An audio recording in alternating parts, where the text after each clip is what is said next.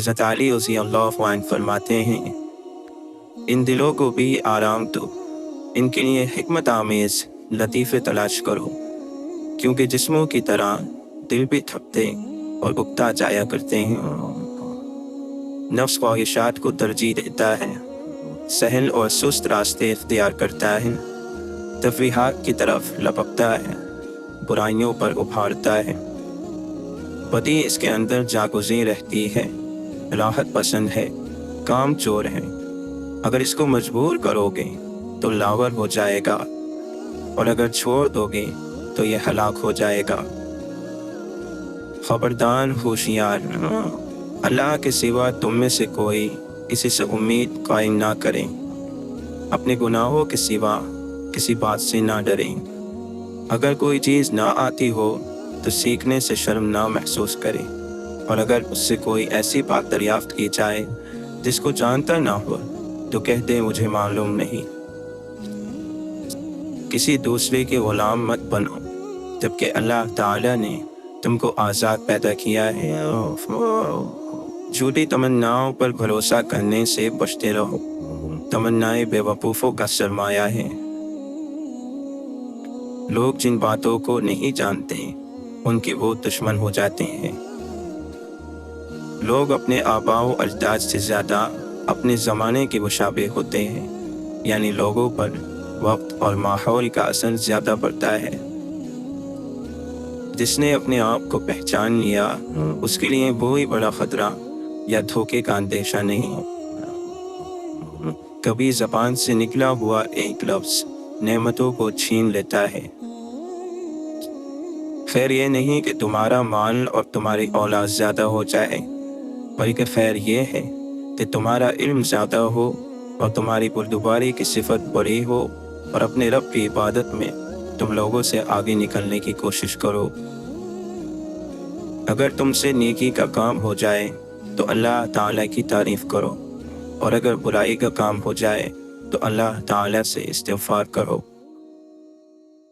دنیا میں صرف دو آدمیوں کے لیے خیر ہے، ایک تو وہ آدمی جس سے کوئی گناہ ہو گیا اور پھر اس نے توبہ کر کے اس کی تلافی کری، دوسرا وہ آدمی جو نیک کاموں میں جلدی کرتا ہو۔ جو عمل تقوی کے ساتھ ہو وہ کم شمار نہیں ہو سکتا، کیونکہ جو عمل اللہ کے یہاں قبول ہو وہ کیسے کم شمار ہو سکتا ہے۔ سب سے بڑی مالداری عقل مندی ہے، یعنی مال سے بھی زیادہ کام آنے والی چیز عقل اور سمجھ ہے، اور سب سے بڑی فقیری حماقت اور بے وقوفی ہے۔ سب سے زیادہ وحشت کی چیز اور سب سے بڑی تنہائی اپنے آپ کو پسند کرنا اور اپنی تعریف ہے، اور سب سے زیادہ بڑائی اچھے اخلاق ہیں۔ بیوقوف کی دوستی سے بچنا، کیونکہ وہ فائدہ پہنچاتے پہنچاتے تمہارا نقصان کر دے گا، اور جھوٹے کی دوستی سے بچنا، کیونکہ جو تم سے دور ہیں یعنی تمہارا دشمن اسے تمہارے قریب کر دے گا، اور جو تمہارے قریب ہیں یعنی تمہارا دوست اسے تم سے دور کر دے گا۔ اور کنجوس کی دوستی سے بھی بچنا، کیونکہ جب تمہیں اس کی سخت ضرورت ہوگی وہ اس وقت تم سے دور ہو جائے گا۔ اور بدکار کی دوستی سے بچنا، کیونکہ وہ تمہیں معمولی سی چیز کے بدلے میں بیچ دے گا۔ اللہ کی توفیق سب سے بہترین قائد ہے، اور اچھے اخلاق بہترین ساتھی ہیں۔ عقل مندی بہترین دوست ہے، حسن ادب بہترین میراث ہے، اور خود پسندی سے زیادہ سخت تنہائی اور وحشت والی کوئی چیز نہیں۔ اسے مت دیکھو کہ کون بات کر رہا ہے، بلکہ یہ دیکھو کہ کیا بات کہہ رہا ہے۔ ہر بھائی چارہ ختم ہو جاتا ہے، صرف وہی بھائی چارہ باقی رہتا ہے جو لالچ کے بغیر ہو۔ اللہ کی قسم، اہل حق کا اکٹھا ہونا ہی اصل میں اکٹھا ہونا ہے، چاہے وہ تعداد میں کم ہو، اور اہل باطل کا اکٹھا ہونا حقیقت میں بکھر جانا ہے، چاہے وہ مقدار میں زیادہ ہو۔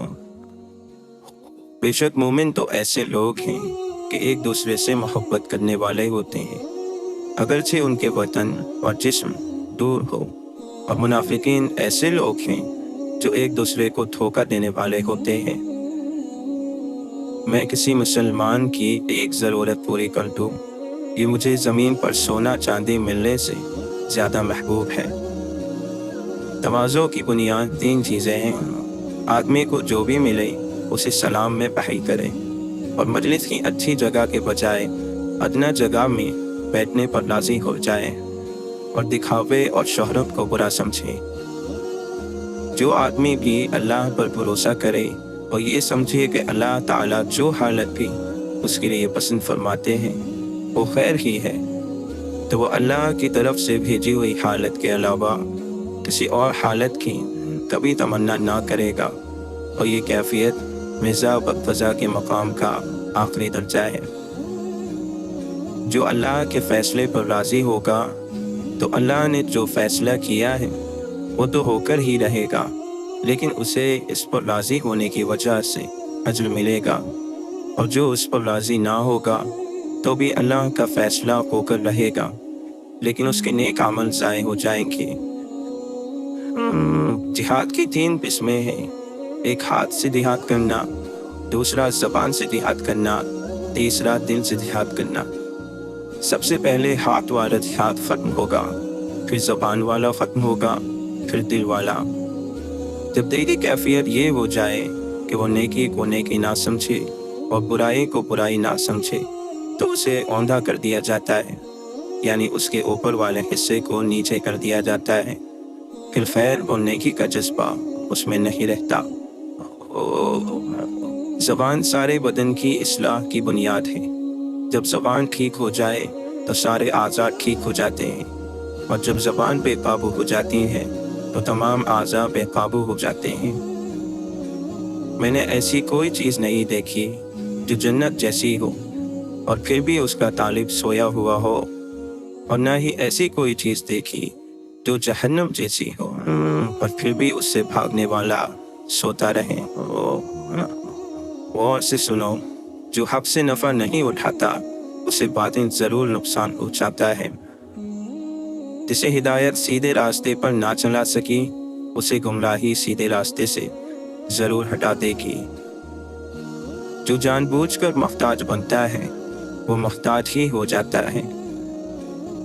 جو مصیبتوں اور پریشانیوں کے لیے تیاری نہیں کرتا، جب اس پر آزمائش آتی ہے تو وہ صبر نہیں کر سکتا۔ جو کسی سے مشورہ نہیں کرتا اسے ندامت اٹھانی پڑتی ہے۔ آدمی کو سیکھنے میں حیا نہیں کرنی چاہیے، اور جس آدمی سے ایسی بات پوچھی جائے جسے وہ نہیں جانتا تو اسے یہ کہنے میں حیا نہیں کرنی چاہیے کہ میں نہیں جانتا۔ جس شخص کی زبان اس پر حاکم بن جائے وہ ظلیم ہو کر رہتا ہے۔ عقل مند کا سینہ اس کے رازوں کا صندوق ہوتا ہے۔ جس کے قریبی لوگ اس کی قدر نہیں کرتے تو دور والے اس کی توقیر و تعظیم میں لگ جاتے ہیں۔ مواقع بادلوں کی طرح آتے جاتے رہتے ہیں، بس اگر کسی خیر کا موقع مل جائے تو اسے ضائع مت کرو۔ اے ابن آدم، تو دیکھ رہا ہے کہ تیرا لب تجھ پر ہر آن ہر گھڑی نعمتیں برسا رہا ہے، جبکہ تو اس کی نافرمانی پر ڈٹا ہوا ہے۔ ان نعمتوں کو دیکھ کر تجھے گناہوں سے باز آ جانا چاہیے۔ جب تک بیماری کے ساتھ کام کرنا ممکن ہو کرتے رہو۔ سب سے بڑی مالداری امید کو خیر بات کہنا ہے۔ جس کی امید لمبی ہوگی اس کا عمل خراب ہو جائے گا۔ اگر نفی عبادت فرائض میں نقصان کا سبب بن رہی ہو تو ایسے نوافل سے ثواب حاصل نہ ہوگا۔ وہ گناہ جو آپ کو غمگین کر دے اس نیکی سے بہتر ہے جو آپ کو خود پسندی میں مبتلا کر دے۔ سخاوت تو وہ ہے جو بن مانگے عطا کیا جائے۔ جو چیز مانگ کر دی جائے وہ حیا اور شرمندگی سے بچنے کے لیے ہے۔ عقل جیسی مالداری نہیں، جہالت جیسی ناداری نہیں، ادب جیسی میراث کوئی نہیں، اور مشورے جیسی دانش مندی کوئی نہیں۔ صبر 2 طرح کا ہوتا ہے، ایک وہ صبر جو کسی ناگوار صورت کے پیش آنے پر کیا جائے، اور دوسرا وہ صبر جو کسی محبوب چیز سے محرومی پر کیا جائے۔ مال تمام شہوات کا مادہ اور بنیاد ہے۔ زبان ایک درندہ ہے، اگر اسے آزاد چھوڑ دیا جائے تو ہلاک کر دے گا۔ محبوب لوگوں کو کھو دینا انسان کو وطن میں بھی پردیسی بنا دیتا ہے۔ مجھے اس شخص پر تعجب ہوتا ہے جو اللہ تعالیٰ کی رحمت سے نا امید ہو بیٹھا ہے، حالانکہ اس کے پاس استغفار موجود ہے جس کے ذریعے وہ اپنے گناہوں کو معاف کروا سکتا ہے۔ جو شخص اپنے اور اللہ کے تعلق کو درست کر لے گا، اللہ تعالیٰ اس کے اور لوگوں کے تعلق کو درست کر دے گا۔ جو شخص آخرت کے معاملے کو درست کر دے گا، اللہ تعالیٰ اس کی دنیا کے معاملے کی اصلاح فرما دے گا۔